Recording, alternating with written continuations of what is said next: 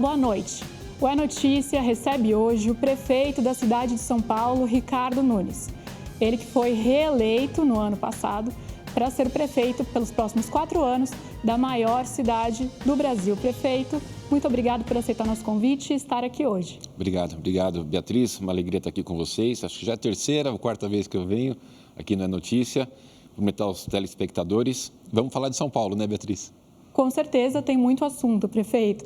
E a gente está em temporada aí de chuva, sabidamente. Eu queria começar falando desse assunto com o senhor. A gente assistiu a alguns alagamentos na cidade de São Paulo, transtornos, inundação até em estação de metrô. E tivemos ao menos 3 mortes na cidade, né? Na Vila Madalena, Brasilândia e Cangaíba. Isso nesse início de ano. O senhor chegou a declarar que a cidade de São Paulo está muito preparada para enfrentar essas situações. Essa avaliação do senhor diante desse cenário que a gente teve, a cidade de São Paulo está muito preparada? Eu diria muito preparada, mas aquilo que a gente desenvolveu com relação a preparar a cidade para esse momento de mudanças climáticas, que basicamente é o quê? Um volume de água muito grande num espaço pequeno de tempo. É como você pegar um balde de água e jogar na sua pia, né? Então, ele vai demorar para descer porque é algo que não está preparado ali, aquela tubulação para escoar aquela quantidade de água no espaço curto de tempo. Nós fizemos 7,8 bilhões de investimento em drenagem, microdrenagem, canalização de córregos, contenção de encostas, polders, piscinões, os reservatórios.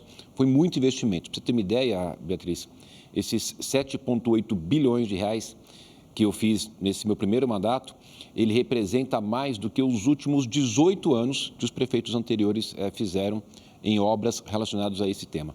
Então, a gente ainda tem problema? Lógico que a gente ainda tem problemas, não está tudo resolvido. Eu estou hoje em obras, por exemplo, nos 2 piscinões lá em Perus, estou em obras do piscinão da Moca, estou em obras do piscinão do Capão Redondo. A gente está agora batalhando para poder liberar a licitação e fazer o piscinão do Rio Verde na região de Itaquera. Então, tem muita coisa ainda para a gente poder fazer. Mas o que eu estava comentando? Nós, quando temos uma situação dessa, a Prefeitura está com muitas equipes treinadas e preparadas para entrar em ação. Né? Mais de 2.400 homens, mais de 350 veículos. Fazer com que, numa situação onde um volume grande de água, num espaço curto de tempo, onde você vai ter alagamento e enchente, a gente possa dar uma resposta rápida, né? Então, agora, por exemplo, a gente teve esses dias esse problema no Jardim Pantanal, problema de mais de 30 anos, que construíram casas na área, aliás, chama Jardim Pantanal, né? Na área de pântano, na área ali onde é a várzea do Rio Tietê. Vai ter problema? Vai. Se você construiu dentro do local, que é a casa da água, a hora que a água vem, ela vai ocupar ali o seu local. Então, a gente já está fazendo muitas coisas. Ali no Jardim La Pena, eu já estou fazendo um piscinão, que você tem o Jardim La Pena, Pantanal, Jardim Seabra. No Seabra, eu já fiz um polder, agora que começou a funcionar, porque essa semana que aí não ligou a energia. E a gente está fazendo várias ações. Eu estou, nesse meu próximo mandato, para fazer mais 5 piscinões. Então, a gente vai ampliando. Hoje, a gente tem 52 piscinões na cidade, só da Prefeitura, fora os do Estado. Um investimento bastante grande e cuidando para que a cidade tenha cada vez mais áreas permeáveis, ampliando os jardins de chuva, ampliando as áreas de cobertura vegetal. A gente foi para 54% de área de cobertura vegetal, ampliando a área de parques, ampliando os bosques urbanos. Eu inaugurei essa semana, por exemplo, o bosque urbano Canário, ali na 23, né? E a gente está fazendo um transplante de árvores para aquele local. São só lá 357 novas árvores, só ali naquele bosque Canário, na 23, que a gente inaugurou essa semana. Então, são muitas ações para poder fazer frente a essas necessidades com relação a essas mudanças climáticas. Mas a gente não teve, Beatriz, nenhum óbito, espero que não tenha, né? Tomara que não tenha, de casas que deslizaram de encostas, né? De casas que tiveram algum problema. Você pega, por exemplo, a gente fez muita canalização de córrego, porque tinham muitas casas na beira do córrego com risco iminente de desabamento. Fizemos muitas contenção de encostas, em Sapopemba, por exemplo, na Viela da Morte. Chovia, as casas desbarrancavam, a gente fez toda a contenção, aquelas que não tinha jeito a gente removeu, então conseguiu resolver. Pega o Jardim Caboré, olha que interessante, o Caboré toda vez, a Rede TV cobriu várias vezes, a imprensa cobriu, o Caboré tinha muita situação da enchente, porque fica na beira do rio Aricanduva, de arrastar as coisas, inclusive arrastou gente. Há 2 anos morreu uma pessoa. Qual é a realidade do Caboré hoje? Não tem mais esse problema. Por quê? 610 famílias que moravam ali, que quando chovia alagava tudo. Nós fizemos a remoção, demos o provimento habitacional para essas pessoas e fizemos um parque nesse local, que é um local alagável. Então, a gente está com muitas ações. Pega no Paraisópolis, em cima do córrego do Antunico. Eu estou removendo 1.700 famílias, porque elas construíram as casas em cima do córrego do Antunico.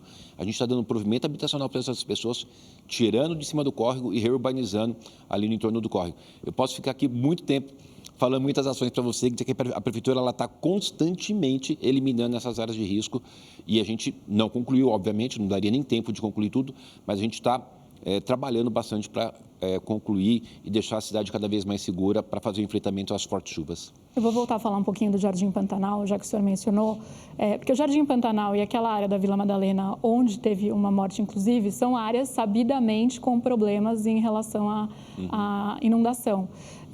No caso do Jardim Pantanal, a população ficou uma semana debaixo d'água, praticamente. O senhor chegou a dizer que uma das soluções seria a remoção dos moradores.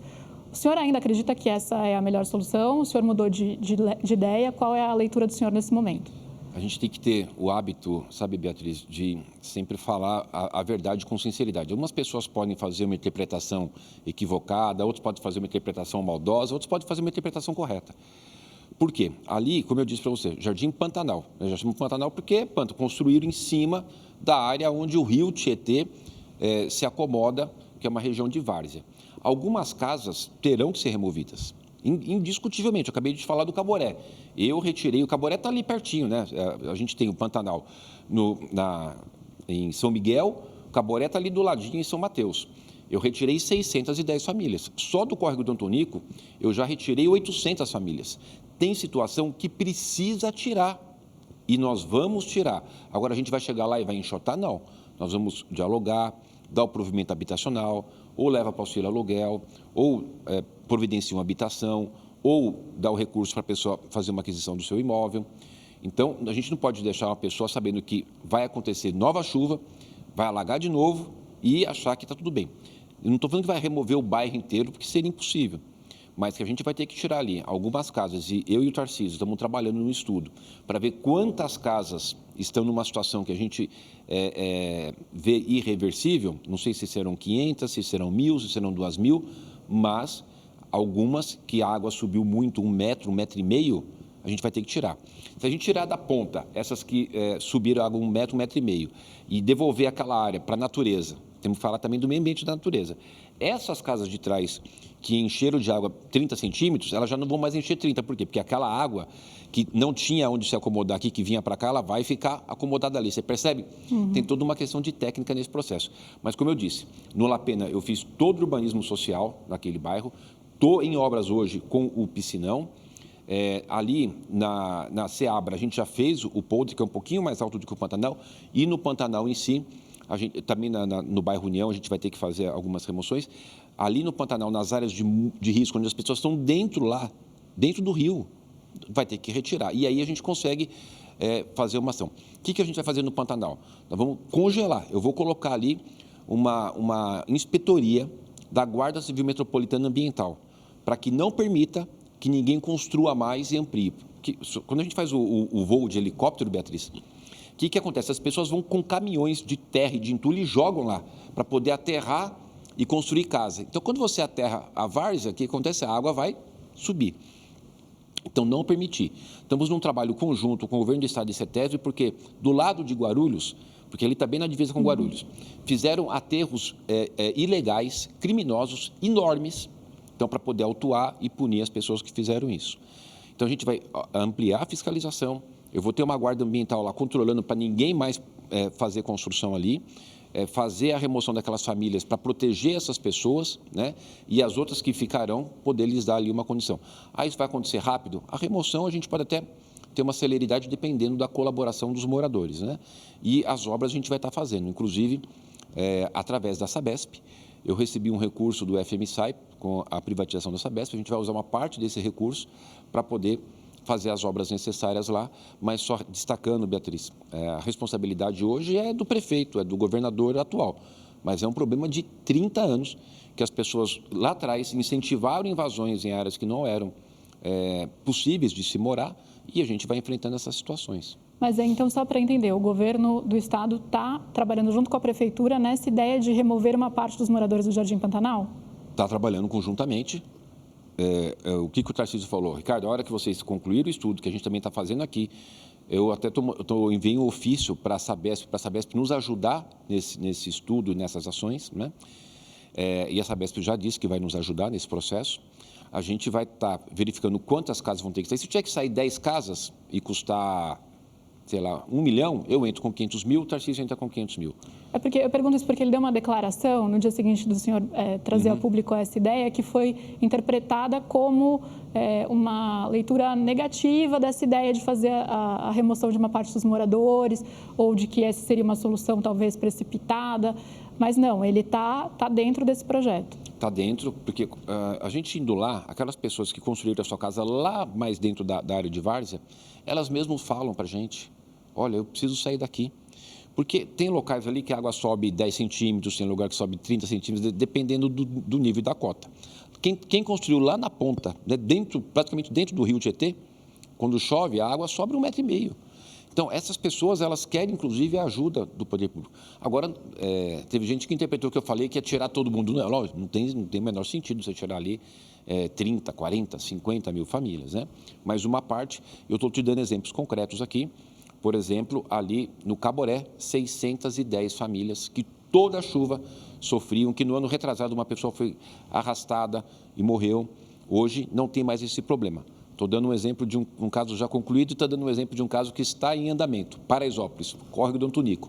Para as pessoas poderem ver, para as pessoas poderem perceber o que é as ações efetivas da Prefeitura de São Paulo, né? O que a gente precisa realmente fazer e dar uma solução para esses casos.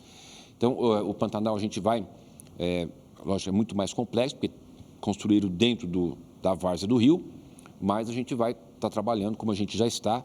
Eu acabei de te contar aqui no La Pena, eu já estou fazendo piscinão, está em obras hoje. Ali no Ceabra eu já fiz o polder, só faltava aí no Liga Energia, aí no ligou semana passada, e a gente vai trabalhando para poder resolver esse problema de 30 anos. Prefeito, e como a Prefeitura está se organizando para esse período de calor? A gente teve em janeiro o mês mais quente da história do planeta, né? Uma realidade que a gente tem vivido aí praticamente ano após ano. O que a Prefeitura está fazendo para atender a população também dos moradores em situação de rua? Beatriz, você vê como é que as mudanças climáticas nos pautam, né? Você acabou de falar de fortes chuvas no Pantanal, agora a gente já está falando de altas temperaturas. A Prefeitura, ela instituiu já no ano passado, esse ano também, um trabalho chamado Altas Temperaturas. Nós colocamos 10 tendas espalhadas pela cidade nos pontos mais críticos. Nessas tendas a gente fornece água, fruta, suco, um local para as pessoas poderem ficar com ventilação, local para os cachorrinhos poderem tomar sua água, ter ali o cuidado também para os animais. Então, são locais específicos espalhados pela cidade, para que as pessoas possam se hidratar nesse momento de calor intenso. Obviamente, paralelo a isso, nós liberamos recursos para que os nossos serviços da ciência social, nossos serviços da educação, possa colocar ventilador nas suas salas ou ar-condicionado, principalmente os nossos serviços que acolhem idosos, né, que tem uma sensibilidade maior com as altas temperaturas e os pequenininhos. Então, além da gente cuidar da questão dos espaços abertos, públicos abertos, que são as tendas para as pessoas poderem se utilizar ali para fazer a sua hidratação, também nos equipamentos públicos, ventilador, muito fornecimento de água, né? E é isso que a gente está vivendo nesse momento. Tem hora que a temperatura vai lá para cima, né? Tem hora que chove demais e a Prefeitura sempre agindo para poder dar aí o apoio para a população. E a gente sabe que um dos motores aí desse processo que a gente vem vivendo de aquecimento global é o uso dos transportes individuais em detrimento dos coletivos. E a gente teve pela primeira vez em 2 décadas, né, a pesquisa realizada aí pelo metrô de São Paulo, mostrando que os moradores da capital e da região metropolitana estão usando mais o transporte individual, seja o próprio carro, seja veículo de aplicativo, táxi, moto, do que o transporte coletivo. Qual que é a ideia da Prefeitura para mudar esse cenário? Isso é uma prioridade para o senhor? Muito. Você sabe que 2021, 2022, 2023, 2024, eu mantive a tarifa do ônibus congelada em R$ 4,40, para que a gente pudesse incentivar o transporte coletivo, desincentivar o transporte individual. Lógico, aí com a inflação, o governo federal não controlou a inflação, explodiu o dólar, o diesel está muito atrelado ao dólar. Eu tive que, mesmo tendo a inflação sido 34%, tive que pelo menos fazer uma correção de 13%, menos da metade do que foi a inflação, mas tive que fazer uma coisa. Mas fiquei bastante tempo sem fazer a correção e quando eu fiz muito abaixo sequer da inflação, né, a correção da tarifa. A gente tem feito muitas ações para ampliar os corredores, 54 quilômetros de corredores e faixas exclusivas, para poder fazer com que as pessoas usem mais o transporte coletivo. Criei o transporte hidroviário. Olha, Beatriz, você que viveu muito tempo, né, Brasília, fora no exterior como jornalista, sabe como o mundo usa todos os modais de transporte, né? Usar o transporte na cidade de barco, ali na represa Billings, atendendo a população do Grajaú, para ir até Santo Amaro. E a gente fica muito feliz. Bateu agora 350 mil passageiros no transporte aquático. Então, tem muitas ações que a Prefeitura está fazendo, mas, infelizmente, a gente está vivendo esse boom depois da pandemia. O uso de aplicativos, né? O uso do transporte individual tem superado. Isso também tem relação com o que a população percebe em termos de qualidade do serviço ofertado, né, prefeito? Como fazer com que o cidadão, com que o paulistano ou o morador da cidade de São Paulo tenha uma percepção melhor desse serviço que ele encontra, por exemplo, nos ônibus da cidade e isso o estimule a estar dentro de um ônibus ao invés de usar o seu próprio carro? Beatriz, numa cidade de 12 milhões de habitantes, né, maior do que muitos países, evidentemente, você tem todos os dias situações para melhorar, para aprimorar. A gente nunca vai estar com uma situação perfeita, sempre melhorando. Mas você pega, eu tinha 9 milhões de passageiros por dia em 2019, antes da pandemia, hoje eu tenho 7 milhões e 500 mil passageiros por dia. E basicamente o mesmo número de ônibus, mesma frota. Então, a gente teve aí uma situação de ter uma quantidade de ônibus circulando por um número de 2 milhões a menos de passageiros.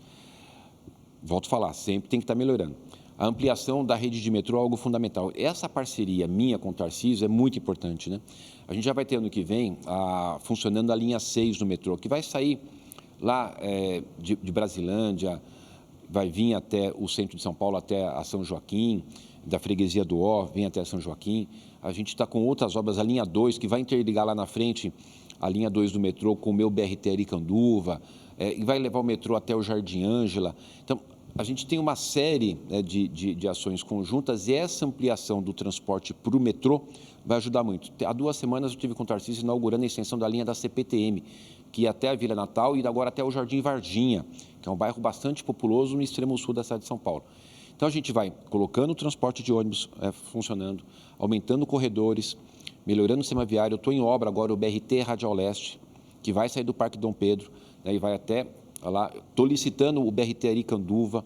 A gente está fazendo essas obras de corredor. Hoje eu estou com Amador Bueno, Interlagos, Itapecerica. Estou fazendo extensão da Raimundo Pereira de Magalhães, a Ponte Pirituba-Lapa.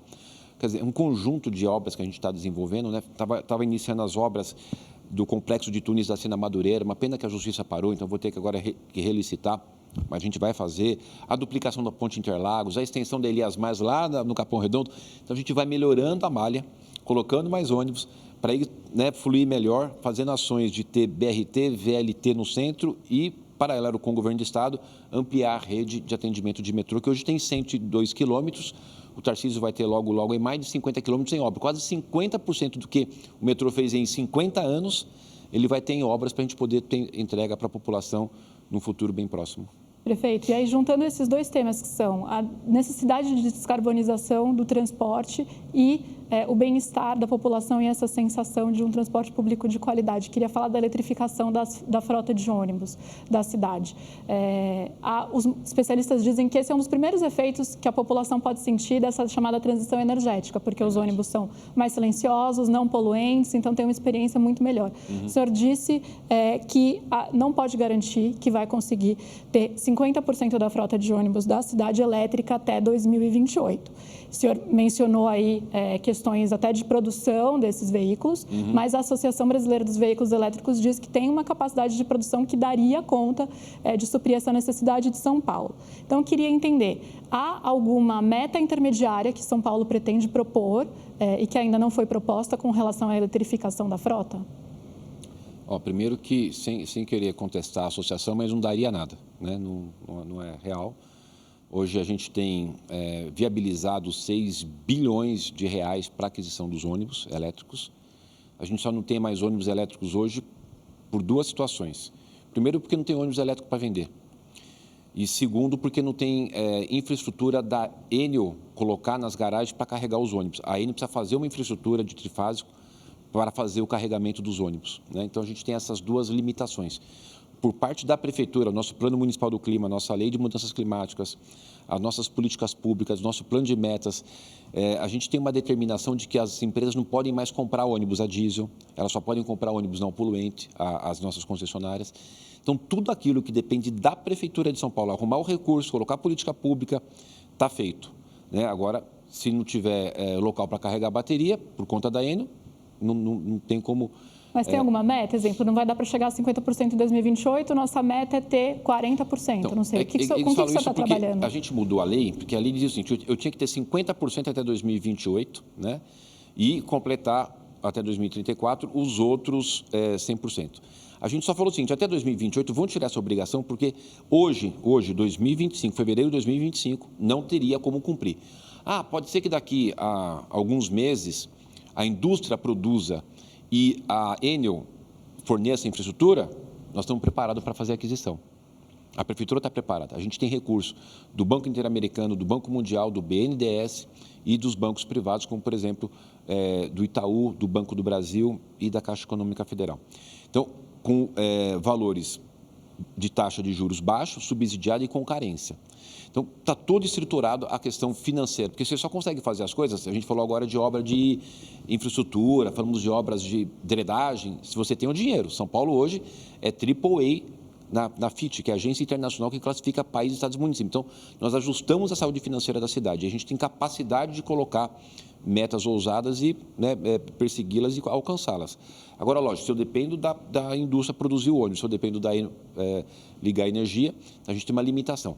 Agora, o que acontece, Beto? A gente está agora partindo para uma outra possibilidade importante. Para não ficar só amarrado no elétrico, né, e volto a falar, se tiver ônibus elétrico, tiver energia, a Prefeitura está com recurso em caixa para fazer a aquisição, tá? Mas para não ficar amarrado só na questão do elétrico, nós estamos trabalhando agora, eu coloquei na lei, um trabalho para a gente poder colocar biometano. Porque o que nós estamos fazendo hoje? Nos nossos aterros, nós estamos produzindo gás biometano, que é gás natural, não é fóssil, que é gás produzido, né? Não é gás fóssil.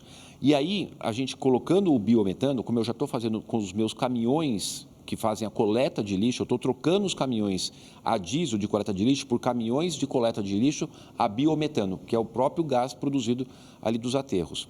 Então, tem melhorado muito a questão ambiental. A gente vai ter todos os nossos caminhões substituídos no prazo de 2 anos. A gente já está trocando. Esses dias entreguei uns 80, a gente está substituindo.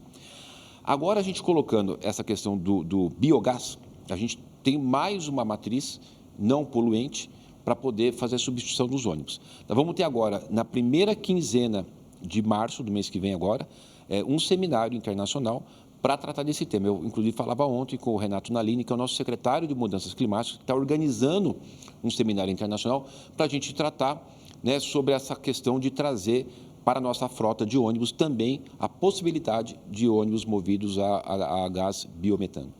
Mototáxi, tal do prefeito. Biogás. Já que a gente está falando de transporte e mobilidade, mototáxi, prefeito. Quem vai ganhar essa queda de braço que se instalou aí nas últimas semanas? A vida é a vencedora.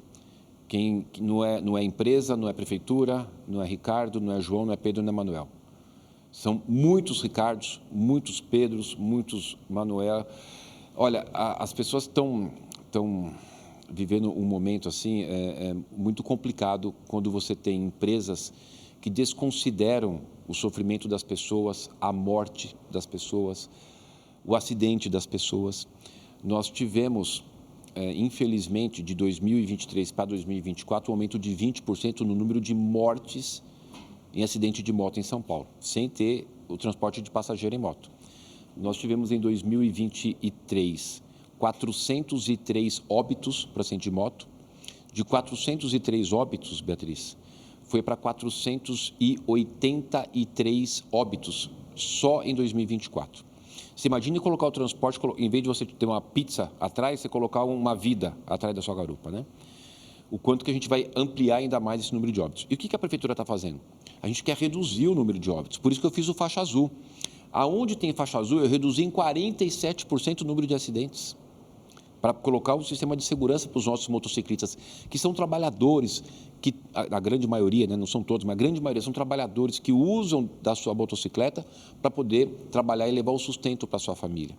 Agora, também ele não pode fazer uma atividade que vai colocar em risco a vida dele e do passageiro, que ele vá ir para um acidente, porque quando ele tem um acidente ele fica sem trabalhar, fica a conta toda para a prefeitura, de atendimento de urgência, de emergência, de cirurgia ortopédica é caríssima, de reabilitação. Hoje, eu estou com 300 motociclistas que sofreram acidentes, fazendo reabilitação nos nossos centros de reabilitação, porque ele sofreu um acidente, perdeu parte dos seus movimentos e está lá se reabilitando. Aparece a Uber 99 para chorar a dor da família quando a pessoa morre? Eles não aparecem.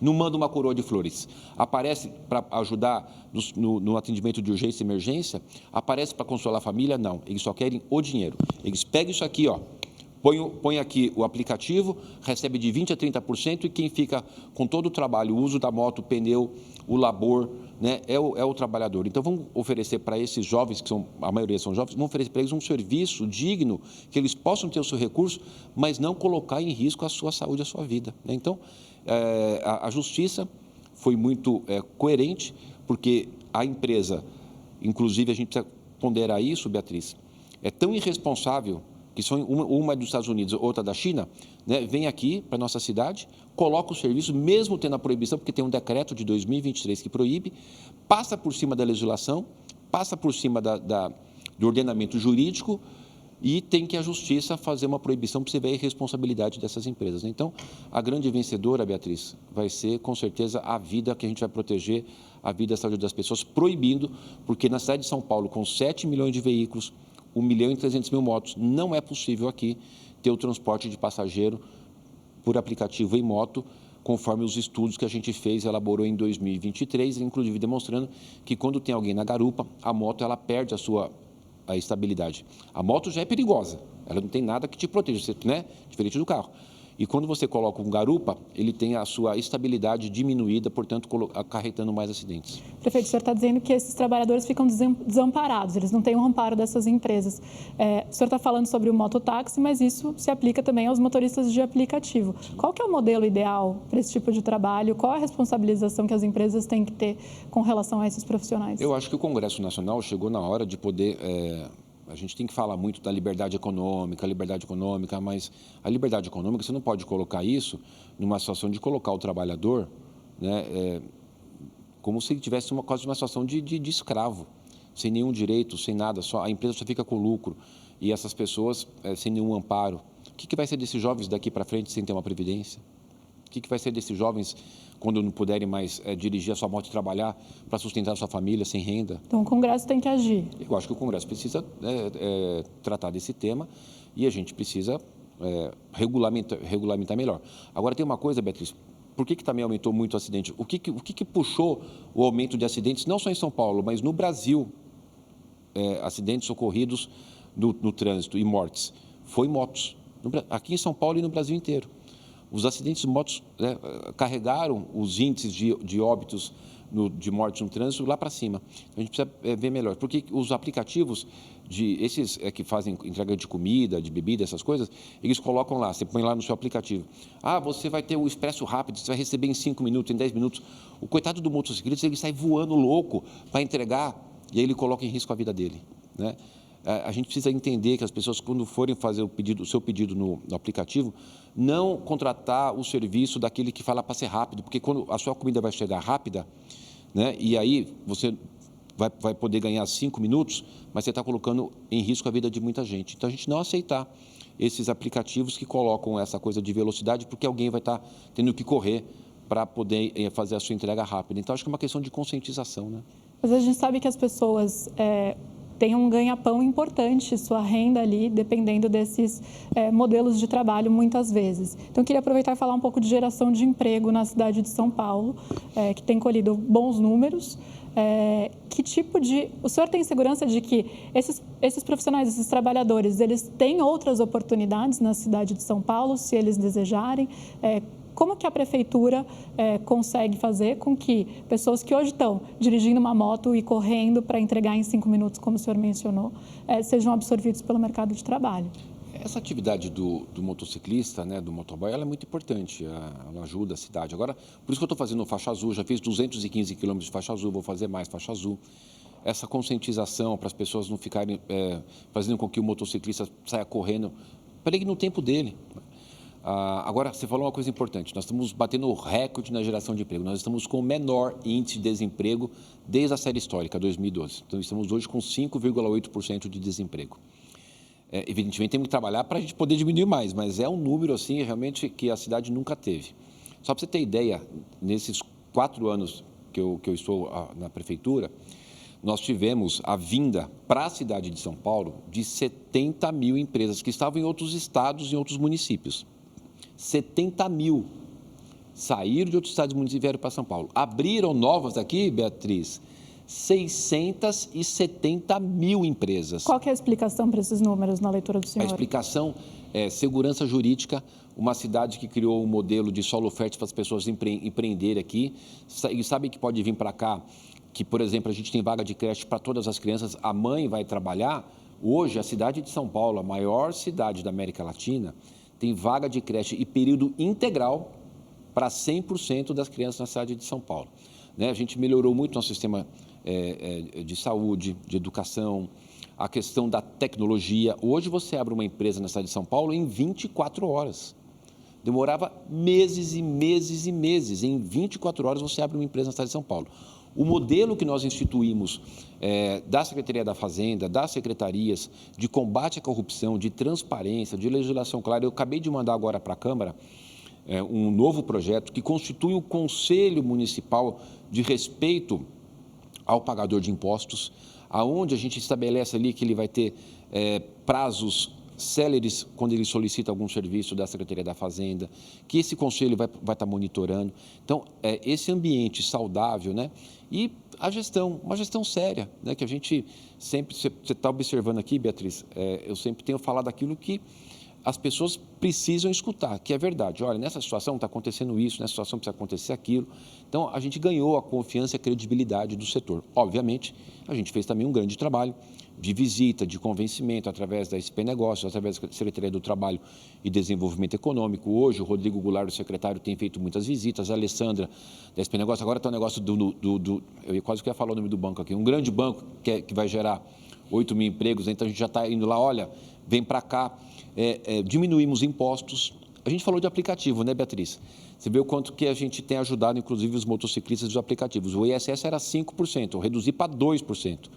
Eu só reduzi impostos e, mesmo assim, a gente conseguiu ampliar bastante aí nossa quantidade de empresas vindo para cá e ampliar o nosso orçamento, porque essa roda, essa coisa positiva da cidade, né, tem gerado esse momento muito, muito importante. E fizemos outras ações, como, por exemplo, atrair para cá muitos eventos de entretenimento, né, vários eventos desportivos, o NFL, Fórmula 1, Fórmula E, o EC, Detal, enfim, muitas ações para poder atrair cada vez mais turistas para a cidade e a economia está gerando. Prefeito, eu não quero acabar esse bloco antes da gente começar a falar de alguns assuntos que envolvem segurança e também bem-estar da população, que está diretamente ligado à segurança.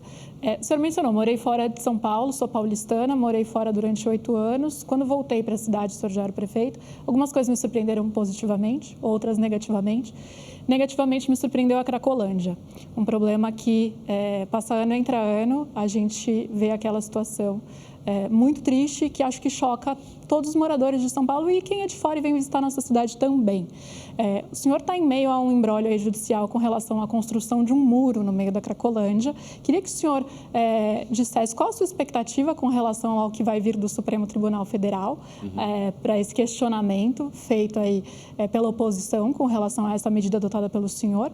E se, ao final do seu mandato, a gente ainda vai ter a Cracolândia como um dos principais problemas da cidade de São Paulo. Beatriz, eu não vou cometer indelicadeza de perguntar qual o local que você morou nos Estados Unidos, né? Mas imaginemos que seja Nova York. Imaginemos, né? Nova York, se você passou por lá, se você morou lá 4 anos, você deve ter passado por Nova York. Quem passou, e se você entrar aí no Google, você vai ver o que está acontecendo lá hoje com relação às pessoas usando drogas na cidade, que é a capital mundial financeira. Mundial financeira. Você vai em Paris, a cidade mais visitada no mundo é Paris. Se você hoje for em Paris, você vai ver que tem lá um local que tem uma Cracolândia que está isolada, e morador de rua para todo lado. Então, só para a gente colocar de que a cidade avançou bastante. Há 8 anos atrás, quando você ainda estava aqui em São Paulo, tinha ali na Cracolândia 4 mil usuários. Hoje, a gente tem feito a contagem, tem em torno de 700. A gente saiu de 4 mil. Depois de 8 anos que você voltou para cá, você pegou 4 anos da prefeitura Bruno Covas Ricardo Nunes, saiu dessa quantidade lá em 2016, 2017, de 4 mil para agora, essa quantidade de 700. E a gente todo dia está fazendo internação, todo dia. Não tem dia que não tem internação. Se a gente sair daqui agora e for lá, naquele local de cena aberta de uso, eu te dou a minha palavra. Eu, prefeito de São Paulo, Ricardo Nunes, te dou a minha palavra, que nós vamos ter lá muitos profissionais da saúde, muitos profissionais da ciência social, da segurança, Guarda Civil Metropolitana, PM, mas esses agentes da saúde e da assistência convencendo as pessoas a irem para tratamento. Hoje, eu tenho mais de 2.500 usuários em tratamento na cidade de São Paulo. E ali a gente está fazendo várias ações. Teve ações do Ministério Público com o Estado, com a Prefeitura, fechando o ferro velho, fechando o hotel, prendendo traficantes. Né? Você vê esse Léo da favela do Moinho, que era o grande traficante ali do pedaço, foi preso nessa operação de meses atrás. Então, em 2025, o senhor acredita que a gente não vai ver cenas que a gente viu nos últimos anos, afetando inclusive comércio da região, moradores? O senhor acredita que é uma situação que vai estar controlada a partir de agora? Hoje está muito mais controlada. Você e vocês que estão nos assistindo, vocês deviam escutar muito. Cracolândia virou, né? Era o tema, né? Virou. O que acontece? Saíam quebrando tudo, deram tiro em viatura, lá atrás, né? Tiro em viatura, viraram um carro. Não, mas lá atrás, mas na gestão do senhor. Não, de tiro em viatura, não. Não, na minha gestão, a gente teve agora mas de abordarem problema... carro... Tivemos um problema... comércio, né? Ter sido uma situação bastante complicada ali para a região. Teve. E as forças policiais agiram rapidamente. Né? Então, a gente tem lá hoje, como eu te disse, eu estou dando a minha palavra, porque as pessoas falam de Cracolândia, que é um negocinho desse tamanhozinho e sai no Brasil inteiro, né? Tem outras cidades, eu não vou ser indelicado aqui, que tem esses locais com muito mais gente do que aqui em São Paulo. Mas São Paulo acabou, a imprensa gosta de falar. É que é a maior prefeitura do país, é uma prefeitura é um estado com recursos, uma cidade com recursos, fica no centro da cidade. É uma coisa que soa despropositada perto das condições que a cidade de São Paulo tem. Entendemos que esse é um problema, que é um problema que muitas cidades do mundo enfrentam. Mas não há uma sensação de melhora por parte da população. Não, tem melhor que isso, tem mais do que sensação, tem uma realidade. Eu vou te fazer uma sugestão. Se você colocar aí no Google, Praça Princesa Isabel, imagens de 2021, para pegar o nosso governo já, para não falar nem de outro. E põe lá, imagens da Praça Princesa Isabel hoje, 2025. É uma sugestão que eu faço. E o muro, prefeito? A justiça vai reverter a construção? Não vai? O que o senhor espera do Supremo? O muro é para as pessoas verem, né, o que é a luta da gente poder estar aqui trabalhando todo dia para poder tirar aquelas pessoas. Eu acabei de falar, lá em 2015, 2016, né, na época do PT, quando ele deu o Bolsa Crack, aquilo foi para 4 mil usuários. Hoje tem 700. A gente cada dia está diminuindo. aquele muro, ele está ali há muitos anos, porque ele era um tapume de ferro. Como o ferro ele é pontiagudo, machucava as pessoas. Em maio de 2024, ou seja, quase um ano atrás, tirou o de ferro e colocou de bloco. Não tem nada de confinamento. Por quê? Porque aqui passa uma rua com carro, aquelas pessoas que estão ali com o uso, né, abusivo de droga, de crack. Se você deixa liberado esse acesso para onde passa carro, as pessoas vão morrer atropeladas lá. Então é ruim para o motorista que está ali e acaba alguém surgindo na frente do carro dele, e para a pessoa que está sob efeito de droga e para uma rua que tem movimento de carro. Aí só tem esse muro desse lado para poder separar o risco à vida dele e do local que eles ficam. Do outro lado, é tudo aberto. Para você ver como é inconsequente essa turma do Craco Resiste, porque, gente, tem uma entidade chamada Craco Resiste. Inacreditável, né? Que fica lá querendo dizer que tem que ter o crack, que tem que ter os caras lá usando, não sei o quê. E tem essa turma do PSOL que fica indo lá, fazendo vídeo. Olha só que coisa engraçada. Esse muro foi substituído em maio de 2024, ou seja, vai fazer um ano. Só agora vieram fazer uma reclamação para o STF. Você imagina levar para o STF, a Suprema Corte, para o ministro do STF, um problema de um muro que foi feito em maio do ano passado. Isso só demonstra o quê? Que eles não vão lá, e a gente está lá todo dia. Foram lá agora fazer algum videozinho para a rede social, acabaram criando esse negócio, e aí eu recebo ofício do ministro do STF, quer dizer, colocar o ministro do STF sobre uma coisa que não tem nenhum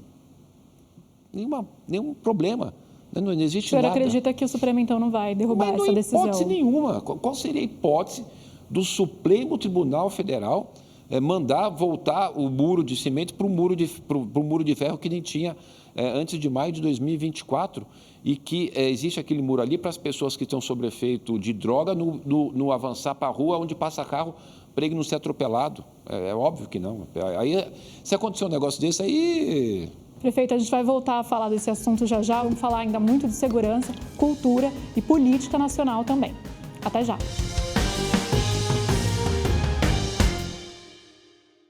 O É Notícia está de volta entrevistando hoje o prefeito da cidade de São Paulo, Ricardo Nunes. Prefeito, quero continuar falando um pouquinho de segurança, agora falando sobre o papel da GCM, né? O senhor apresentou um projeto piloto de ter GCM aí nas escolas, em escolas consideradas aí com índice de violência, exato. Queria que o senhor explicasse um pouco e dissesse se vai ter algum prazo para isso ficar em vigor, qual que é a pretensão da prefeitura em termos de ampliar isso? Olha, realmente é um processo bastante importante. Tem 2 GCMs, a gente começou com 25 escolas que ficam ali o tempo inteiro na entrada, na saída dos alunos. Nós vamos pegar aí um período para poder ver como que a comunidade está entendendo isso. Porque tudo que a gente faz, Beatriz, tudo, vai ter alguém, né, principalmente da oposição, para vir fazer crítica, né? Que polícia não é lugar na escola, não tem nada a ver uma coisa com a outra. A gente tem a polícia para poder preservar a vida e dar segurança para os alunos e para os professores e para todos os colaboradores da escola. Então, a gente vai sentir da comunidade escolar o reflexo sobre essa ação e a gente vai ampliando. Então, agora eu vou, né, de 25, vou passar para 50, para 75, para 100. A gente vai estar chegando no momento de todas as escolas que tenham necessidade de ter ali o acompanhamento da Guarda Civil Metropolitana para dar segurança para os pais e para os alunos, para os professores, para todo o corpo da escola, a gente vai ampliar, que é super importante. E por que é possível isso? Porque eu coloquei 2.000 guardas civis metropolitanos a mais. Eu fiz o concurso, né, já coloquei a mais 2.000, vou colocar mais 2.000, vou fazer novo concurso, trazer mais 2.000 GCMs. E a gente tem hoje 7.500. Você sabe, Beatriz, que a cidade de São Paulo, o meu efetivo da GCM é maior do que 10 estados, com a PM de 10 estados. Olha o que é São Paulo, né? Terceiro maior orçamento do país. A Guarda Civil Metropolitana da cidade de São Paulo é maior do que a Polícia Militar de 10 estados do país. Então, a gente está ampliando ainda mais o nosso efetivo, treinando, valorizando. Eu dei 74% de aumento no piso do GCM, aumentei o valor das atividades de operações especiais, fizemos um investimento fortíssimo em treinamento, né? O senhor ampliou as funções também, né, da GCM, algo que está em debate pelo Supremo Tribunal Federal.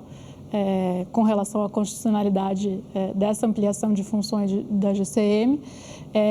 E, recentemente, o senhor esteve num evento junto com integrantes da Guarda Municipal e viralizou um vídeo do senhor, né, junto ali dos agentes que estavam cantando uma música que fazia referência a jogar gás de pimenta na cara de vagabundo. Era essa a música. O senhor se arrepende de ter feito parte desse momento? Não me arrependo de jeito nenhum. Esse evento, eu estava numa formação de 500 GCMs, eram 500 GCMs entrando a mais na Guarda Civil Metropolitana. No meu discurso, eu relatava de que o Smart Sampa, esse sistema de monitoramento, eu coloquei 20 mil câmeras em São Paulo com reconhecimento facial e eu contava lá no meu discurso de que mais de 600 foragidos da justiça, pessoas condenadas que estão foragidas da justiça, as câmeras identificaram com reconhecimento facial e mais de 600 foram para trás das grades sem dar um tiro.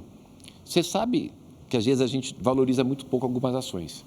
Beatriz, você que é uma das jornalistas, né, mais conceituadas do nosso país, você imagina colocar mais de 600 foragidos para dentro da grade sem dar um tiro? É uma GCM preparada ou não é? Com uso de tecnologia, é uma política pública eficiente ou não é? Né? E esses foragidos, vocês devem ter acompanhado aí, o que são? Estupradores, pessoas que fazem parte de organização criminosa. Foi preso o cara que faz parte do Comando Vermelho, foi preso o cara que faz parte da organização criminosa Amigo dos Amigos, assassino, estuprador. Teve um que cometeu 17 estupros. Esses dias, um que foi preso aí, estuprou uma menina de 12 anos, andando livremente, jamais seria pego. Mas esse tipo de música, as câmeras pegou. Prefeito, estimula de alguma maneira a violência policial na visão do senhor? Não, eu acho que poderia ter sido evitado, né? Mas o que acontece são tradições da polícia, fazerem hinos de canto, são tradições. A gente não tinha muito uma música que hoje a gente está procurando deixar de lado, porque as coisas vão mudando. A gente não tinha aquela música, tirei o pau no gato. Né? Hoje não é mais razoável você cantar uma música dessa, porque pode colocar que a gente está querendo agredir o gato e a gente tem que cuidar dos gatinhos, dos cachorrinhos. Você concorda que não existe maldade nas coisas? Se a gente vê hoje uma criança cantando essa música, não é que ela quer prejudicar o gato, porque isso já vem de tempo, essas musiquinhas. Vocês concordam comigo? Então, o que aconteceu? Quando eu terminei lá a cerimônia, que eu coloquei mais 500 GCM para dar segurança em São Paulo, eu desci do palco para cumprimentar os GCMs e os familiares. E fui cumprimentando, e foi quando eu cheguei naquele momento, eles estavam ali fazendo aquela ação que é comum, né, em todas essas formaturas. Para te falar a verdade, naquele momento eu não estava me atentado à letra da música. Eu fui ver a letra da música depois, quando a imprensa colocou. Né, o que tem, você falou se está arrependido, não está arrependido. Eu tenho muito orgulho de ter colocado mais 500 GCM, de ver os GCMs ali preparados, bem remunerados, para poder cuidar da segurança das pessoas e acabar com esse negócio, gente, de que com bandido tem que passar a mão na cabeça. A gente vai combater a criminalidade, as pessoas que tiram o sossego do trabalhador quando você tiver uma polícia militar, uma polícia civil, uma metropolitana, respeitando a todos, mas altiva e dando segurança para as pessoas, senão não vai ter, né? Você que morou fora,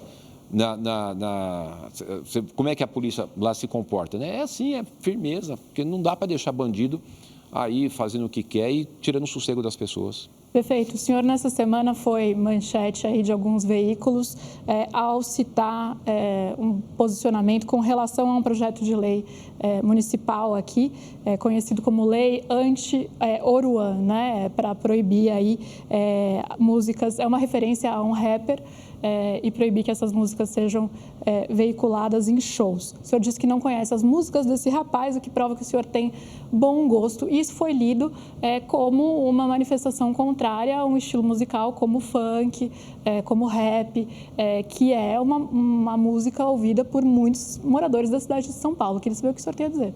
Eu tenho a dizer que eu fui o prefeito que criei a coordenadoria de apoio ao funk na Secretaria de Cultura, o primeiro prefeito que criou.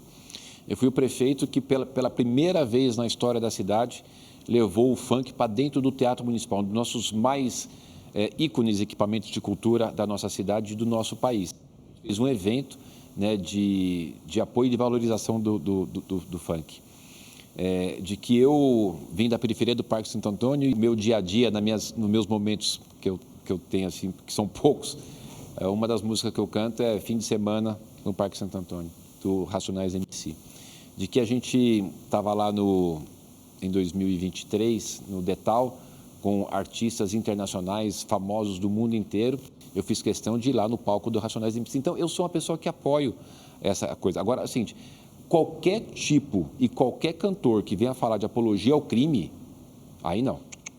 Aí não vem querer esse cantor se esconder atrás, né, de uma cultura, de um meio musical, para poder se fazer de coitadinho, né? Isso não. Quem faz apologia ao crime tem que fazer dentro da cadeia. Ele vai fazer apologia do crime lá na cadeia. A gente não pode permitir isso. Eu sou intransigente com relação à questão de segurança. Eu vou ter que interromper o senhor, porque eu não quero encerrar essa entrevista sem a gente falar um pouco de política nacional. O senhor disse recentemente, seguindo o presidente do PSD, Gilberto Kassab, que o atual governo federal, governo Lula, não se reelegeria em 2026. Disputando contra quem? Eu queria te perguntar, quem vai ser o candidato da centro-direita em 2026 na avaliação do senhor? Acho que se for o Bolsonaro ganha, se for o Tarcísio ganha. O Bolsonaro está inelegível. Se por acaso conseguir reverter a sua questão jurídica, né? O senhor é favorável a uma mudança na lei da ficha limpa que permita que o ex-presidente Bolsonaro concorra em 2026? O caso dele não é ficha limpa, né? Ele estava com essa questão da inelegibilidade por outras questões. Mas essa é uma das vias debatidas lá em Brasília por aliados do presidente Bolsonaro. Fazer uma alteração na ficha limpa para que consiga levá-lo à disputa presidencial em 2026. O senhor seria favorável? Não tenho os dados exatos daquilo que levou à inelegibilidade. O que eu acho é o seguinte, que ele deveria ter o direito de ser candidato. Eu acho que ele deveria ter o direito de ser candidato. Agora, isso depende, evidentemente, de decisões judiciais que eu não tenho dados e não tenho assim, as questões peculiares do projeto, do processo. Ele foi condenado por abuso de poder político e uso indevido dos meios de comunicação. Isso é uma condenação de 2023 pelo TSE e o que o enquadra na lei da ficha limpa. Decisão judicial tem que cumprir, né? Mas eu acho que deixar o presidente Bolsonaro inelegível, para ele não poder disputar, ele quase ganhou a eleição com todas as questões, por menos de 2%. A popularidade dele é muito alta, aparece nas pesquisas em primeiro. Eu acho que era bom para deixar a população escolher.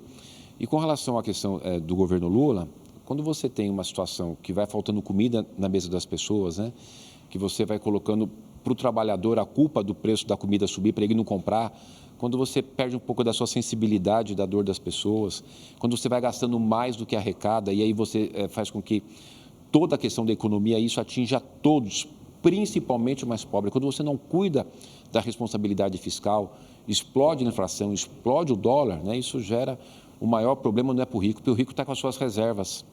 Ele vai só abaixar da sua aplicação, né? O pobre é o mais afetado. Prefeito, uma última pergunta. O senhor é favorável a uma fusão do MDB com o PSDB? Não, eu não sou favorável. Não vai passar por mim, eu não tenho essa pretensão de discutir esse tema. Isso compete lá à gestão do MDB nacional, mas eu acho que não.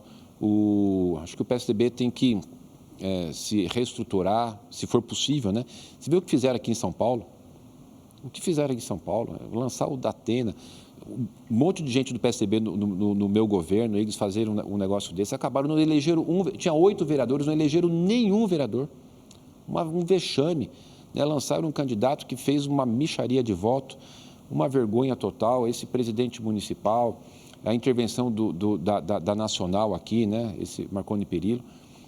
Acho que o PSDB tem que, primeiro, se reestruturar com as suas lideranças que conduziram muito mal. Eu sou do MDB, mas sempre tive e tenho um carinho enorme pelo PSDB, pela sua contribuição com a democracia, pelos seus quadros, que Fernando Henrique Cardoso, Montoro, Mário Covas, Bruno Covas, e ver essa turma que está aí, acabar com o partido, né? Acho que o primeiro que tinham que tirar essa turma que está aí por gente realmente comprometida, com o PSDB e poder reestruturar o partido. Prefeito, infelizmente vamos ter que encerrar. Gostaria de fazer aqui mais perguntas ao senhor. O senhor vai ter que voltar, portanto, aqui ao programa muito em breve. Obrigada por estar conosco aqui na Rede TV. Encerramos a notícia dessa semana. Semana que vem tem mais. Quinta-feira, às 11h45 da noite. Até lá!